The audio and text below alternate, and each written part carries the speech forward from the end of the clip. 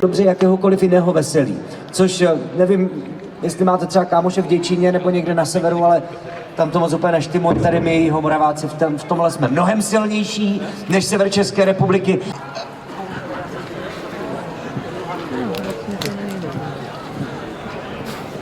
Protože určité části dáváme i na sušení, no, takže děláme taky ty klasické kopy, děláme tam celou sušenou kytu, nebo snažíme se o to teďka, takže ty naše prasata nejsou úplně standardní českou krminou.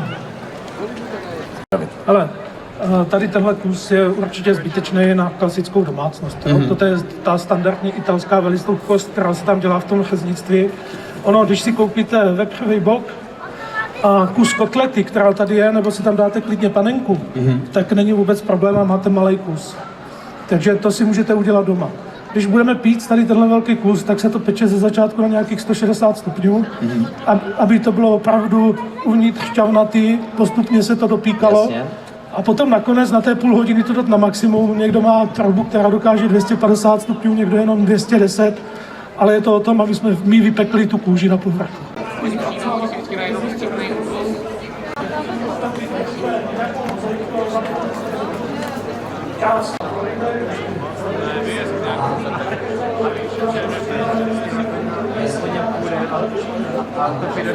A ty na něho jenom. 1,6 až 1,8% toho celkového obsahu. Jo, takže zase tím, že když to pečeme, máme z toho tu ztrátu, takže teďka si tam můžeme dát nějakých 1,4%, ono se nám to ještě zvedne tím, že se to ztratí ten tu. A to je jenom, že v období, když je skutečně konečně dáme pastu.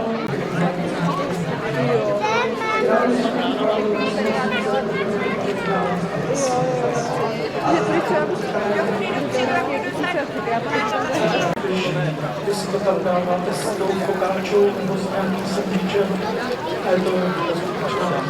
A když teda na tradiční masopustu na špilvetu, dneska připravujeme ten tradiční italský recept.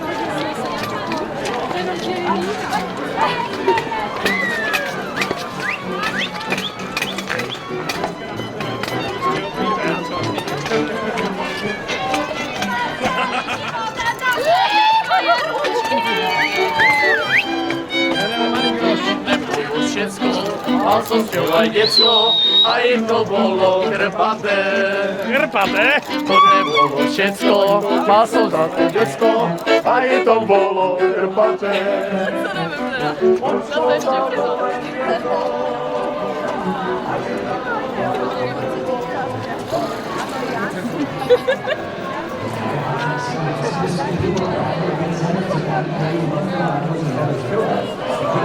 Dovolte poděkovat celému vojenskému souboru Ondra.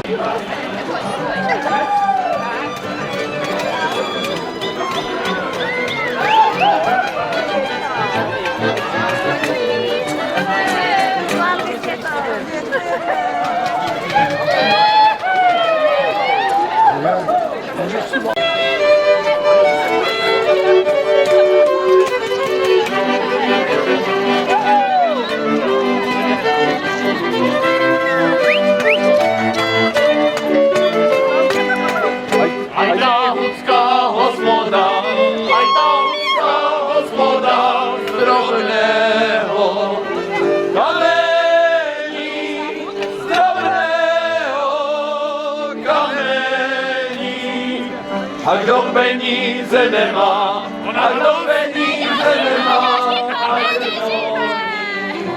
nechodí, a nechodí, nechodí.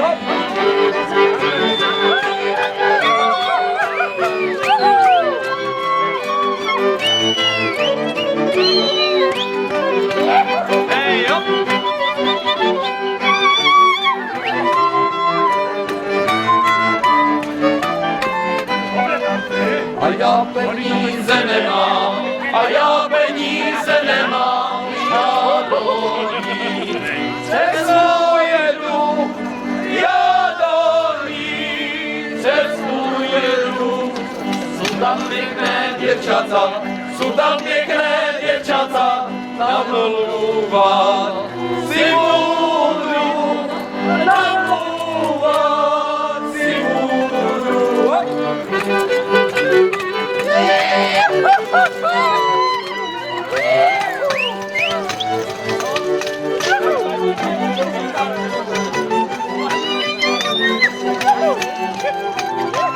Hej, hop! Jednu jsem si namluvil, pěkná sa mě stála, pěkná sa mě stála. Chtěl jsem jí dát hubičku, ona sa mě smála, ona sa mě smála.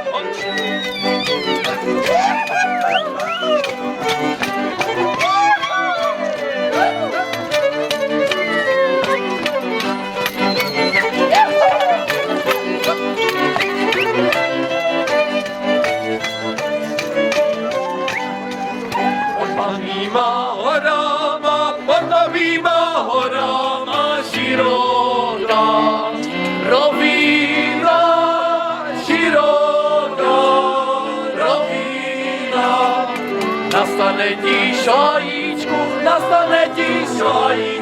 žalostná, rovina, žalostná rovina.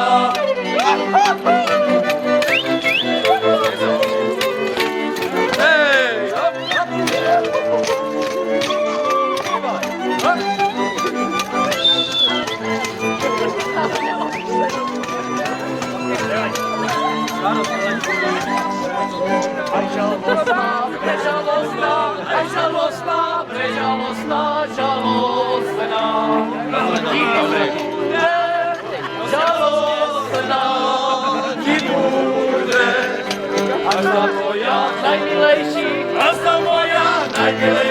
navrava, ní ujede, navrava, ní ujede.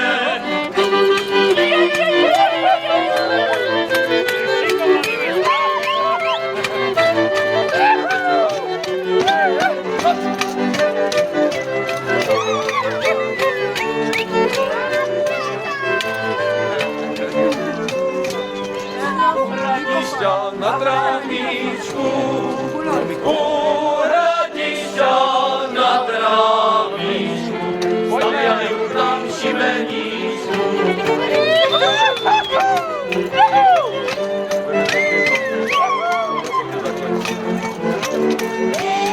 Šibenička rovno stojí, šibenička rovno stojí, čo aj sa jí nic nebojí, nebojí sa, nebojí. Zdravá budete, štěstí budete mít, je to dobré.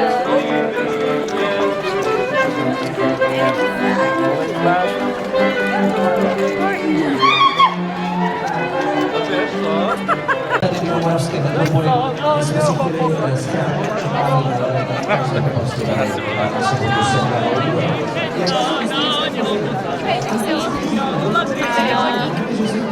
No, tak tady asi tak nějak budu. Byly to oslavy bohatý a Baktus nebyl jen vína, ale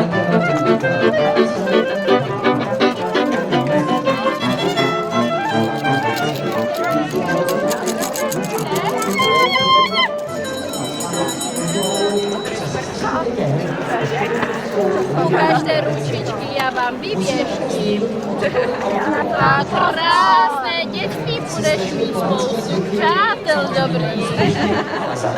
Tak jsem moc rád, že jste za námi dorazili a že si můžeme zkrátit čekání právě tímto masopostním průvodem.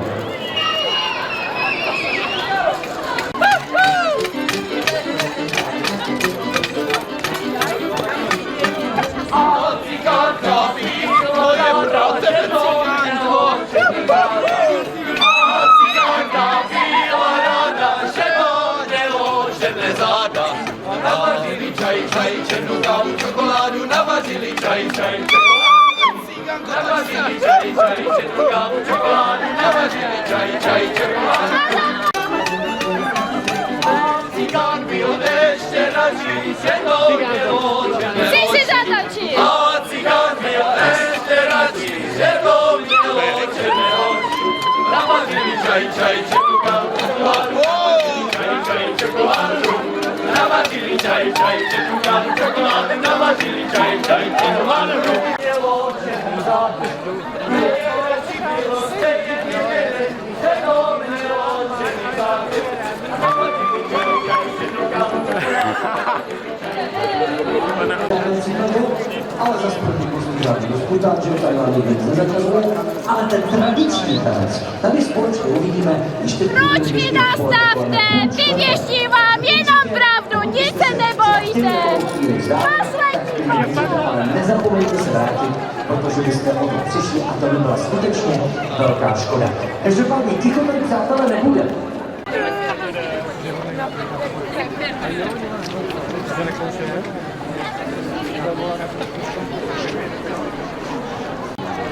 Thank you.